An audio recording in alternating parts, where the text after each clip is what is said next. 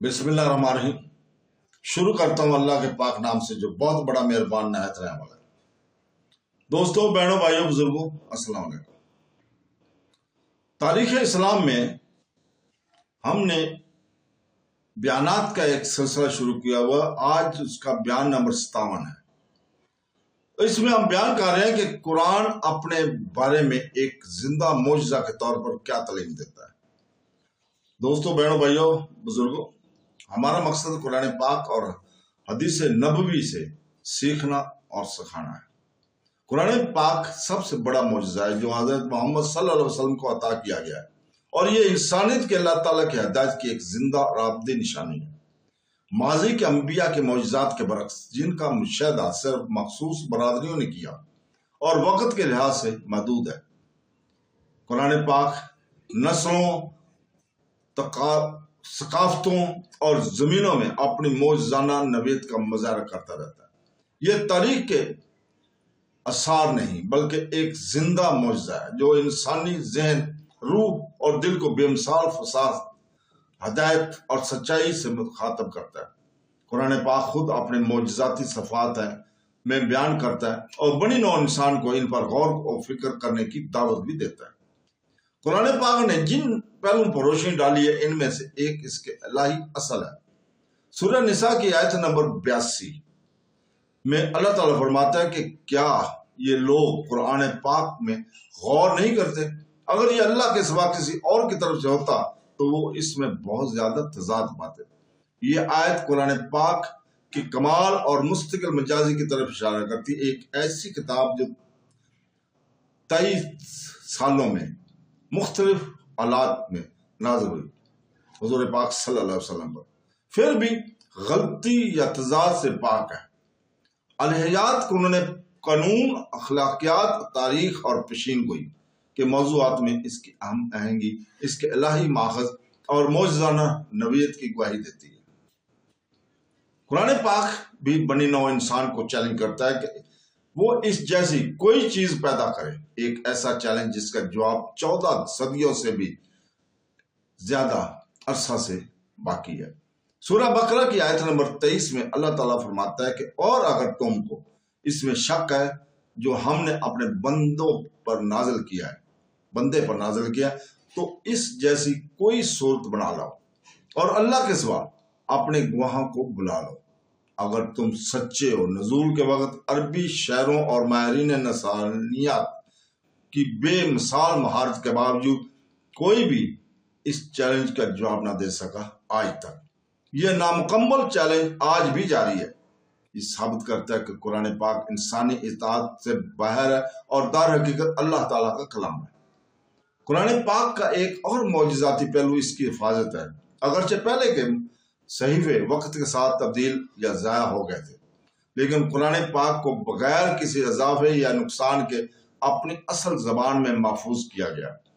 اللہ تعالیٰ خود سورہ الحجر کی آیت نمبر 9 میں اس بات کی ضمانت دیتا ہے کہ بے شک ہم نے ہی قرآن پاک کو نازل کیا ہے اور ہم ہی اس کے نگہباں ہوں گے۔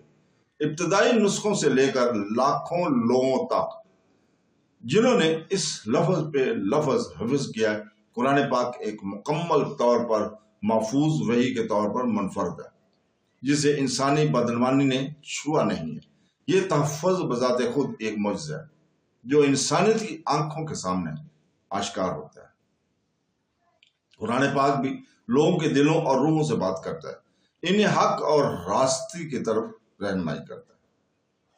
سورہ بنی اسرائیل کی آیت نمبر 9 میں اللہ تعالیٰ فرماتا ہے کہ بے شک یہ قرآن اس چیز کی طرف رہنمائی کرتا ہے جو سب سے زیادہ سیدھی ہے، اور اپنے ایمان والوں کو جو نیک عمل کرتے ہیں بشارت دیتا ہے، ان کے لیے بہت بڑا اجر ہے۔ اس کی رہنمائی صرف قوانین یا رسومات تک محدود نہیں ہے، یہ انسانی جذبات، اخلاقی جدوجہد اور روحانی ضروریات کو پورا کرتا ہے۔ یہ لازوال مطابقت قرآن پاک کی اپنے معجزانہ نوعیت کو ظاہر کرنے کے لیے طریقوں میں سے ایک ہے، کیونکہ ہر نسل کی اس کی رہنمائی کو قابل اطلاق اور تازہ پانی ہے۔ تو دوستو، قرآن پاک میں وہ علم موجود ہے جو اس کے نزول کے وقت نامعلوم تھا۔ سورہ انبیاء کی آیت نمبر 30 میں اللہ تعالیٰ فرماتا ہے کہ کیا کافر نے غور نہیں کیا کہ آسمان اور زمین ایک دوسرے سے جڑے ہوئے ہیں اور ہم نے ان کو الگ کیا اور ہر جاندار چیز کو پانی سے بنایا، پھر کیا وہ ایمان نہیں لائیں گے؟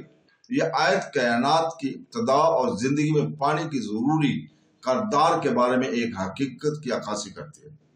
وہ سچائیاں جن کی تصدیق جدید سائنس نے صدیوں بعد کی ہے۔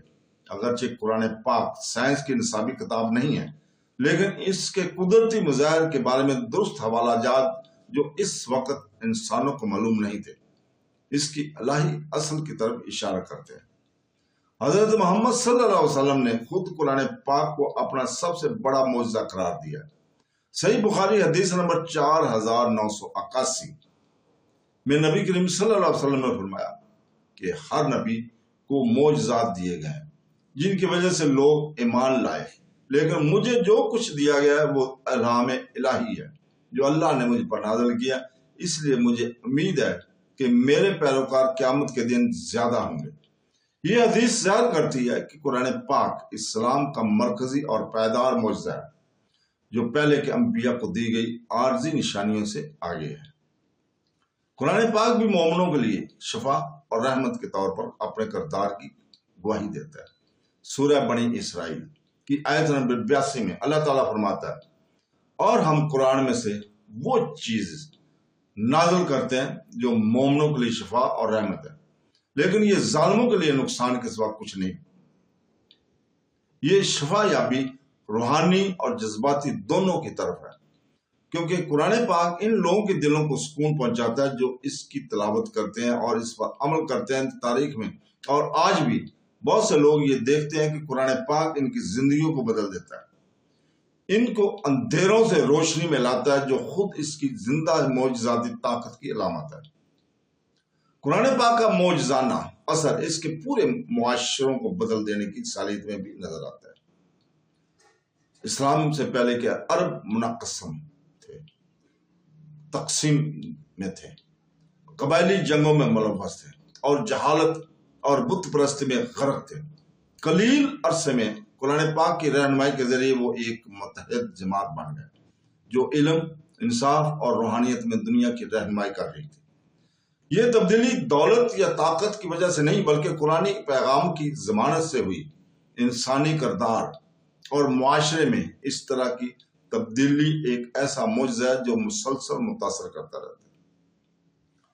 سورہ فصلت کی آیت نمبر 53 میں اللہ تعالیٰ اعلان کرتا ہے کہ ہم انہیں اپنی نشانیاں افق میں اور ان کے اندر دکھائیں گے، یہاں تک کہ ان پر واضح ہو جائے گا کہ یہ حق ہے۔